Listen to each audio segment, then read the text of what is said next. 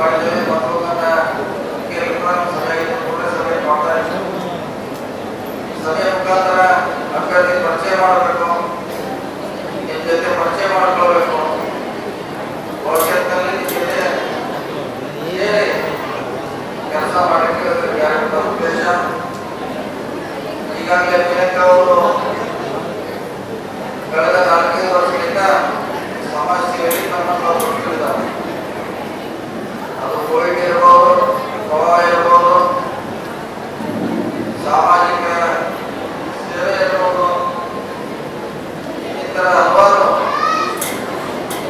ಸಮಾಜಮುಖಿಯಾಗಿರುವಂಥ ಎಲ್ಲ ಕೆಲಸಗಳನ್ನ ಮಾಡುವಂಥ ಪ್ರಯತ್ನಗಳನ್ನ ನೋಡಿರಬಹುದು. ಪತ್ರಿಕೆಯಲ್ಲಿ, ಯೂಟ್ಯೂಬ್ಗಳಲ್ಲಿ ಸಮಾಜ ಸೇವೆ ಈಗಾಗಲೇ ಮಾಡಿದ್ದಾರೆ.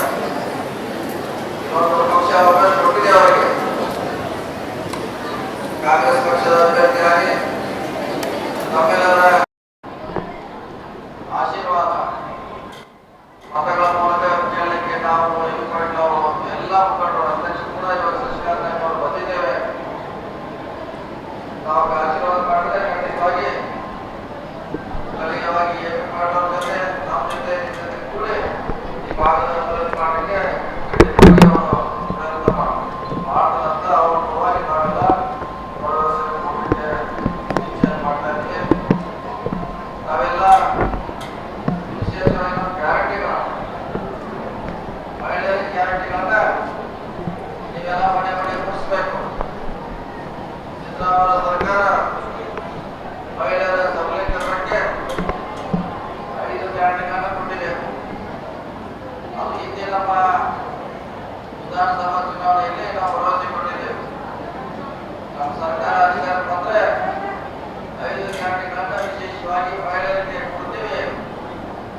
ಅವರ ಆರ್ಥಿಕವಾಗಿ ಗಟ್ಟಿ ಮಾಡಬೇಕಂತ ಸಿದ್ದರಾಮಯ್ಯ ಅವರು, ಡಿ.ಕೆ. ಶಿವಕುಮಾರ್ ಅವರು, ಕಾಂಗ್ರೆಸ್ ಪಕ್ಷ ಭರವಸೆ ನೀಡಿತ್ತು. ಈಗಾಗಲೇ ಜಾರಿ ಮಾಡಿದ್ದೇವೆ.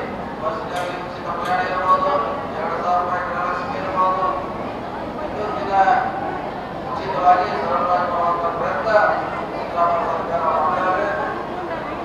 ಆ ಹಿನ್ನೆಲೆಯಲ್ಲಿ ನಾವೆಲ್ಲ ಮಹಿಳೆಯರು ವಿಶೇಷವಾಗಿ ಕಾಂಗ್ರೆಸ್ ಅನ್ನ ಬೆಂಬಲಿಸಬೇಕು. ಯಾಕೆ ಬೆಂಬಲಿಸಬೇಕಾದ್ರೆ ನಿಮ್ಮ ಪರವಾಗಿ ನಮ್ಮ ಸರ್ಕಾರ ನಿಂತಿದೆ. ಮತ್ತು ಇದು ಕೇವಲ ನಮ್ಮ ಕಾಂಗ್ರೆಸ್ಸಿನ ಮಹಿಳೆಯರಿಗಲ್ಲ, ಎಲ್ಲಾ ಪಕ್ಷದ ಮಹಿಳೆಯರಿಗೆ ಕೊಟ್ಟಿಲ್ಲ. ಎಲ್ಲಾ ಪಕ್ಷದ ಮಹಿಳೆಯರಿಗೆ ಈ ಯೋಜನೆಯನ್ನ ಲಭ್ಯ ಇದೆ. ಹೀಗಾಗಿ ಪಕ್ಷಾತೀತವಾಗಿ ಕಾನೂನು ಕೊಡ್ತೇವೆ. ಈ ಚುನಾವಣೆಗಳನ್ನು ಕೂಡ ಪಕ್ಷಾತೀತವಾಗಿ ಪ್ರಿಯಾಂಕಾ ಅವರನ್ನ ಕಾಂಗ್ರೆಸ್ ಪಕ್ಷವನ್ನ ಬೆಂಬಲಿಸಬೇಕಂತ ಮಾಡಿಕೊಡ್ತಾ, ಜೊತೆಗೆ ಈ ಚುನಾವಣೆಯಲ್ಲಿ ಬಹಳ ಜನ ನಮಗೆ ಸರ್ಕಾರ ಮಾಡ್ತಾರೆ. ಯಾಕಂದ್ರೆ ನಾವು ಯಾವುದೋ ಪಕ್ಷ ಇದೇ ಜಾತಿಗೆ ಇದೇ ಧರ್ಮ ಸೇರೋದ್ರೆ ಯಾವ ಕೆಲಸ ಮಾಡಿಲ್ಲ. ಅದು ಬೆಳಗಾವಿ ಜಿಲ್ಲೆಗೆಲ್ಲ ಇಡೀ ರಾಜ್ಯಕ್ಕೆ ಸೀಮಿತವಾಗಿದೆ.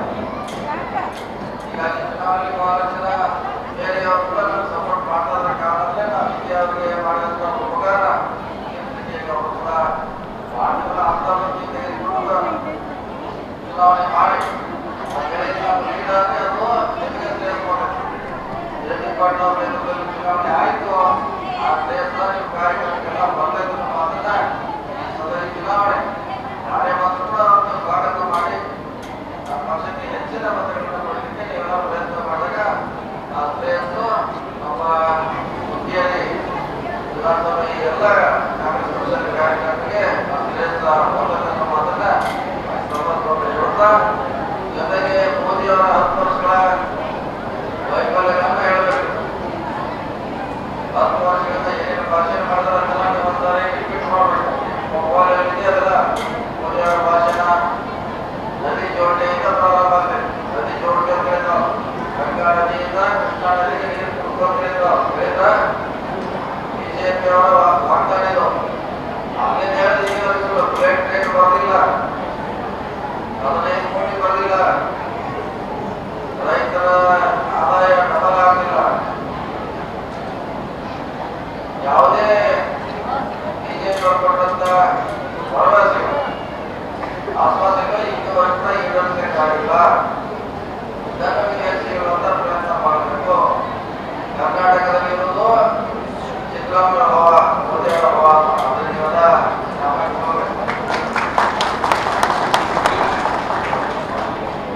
ಸಿದ್ದರಾಮಯ್ಯ ಹವಾ ನಮ್ಮ ರಾಜ್ಯದಲ್ಲಿದೆ.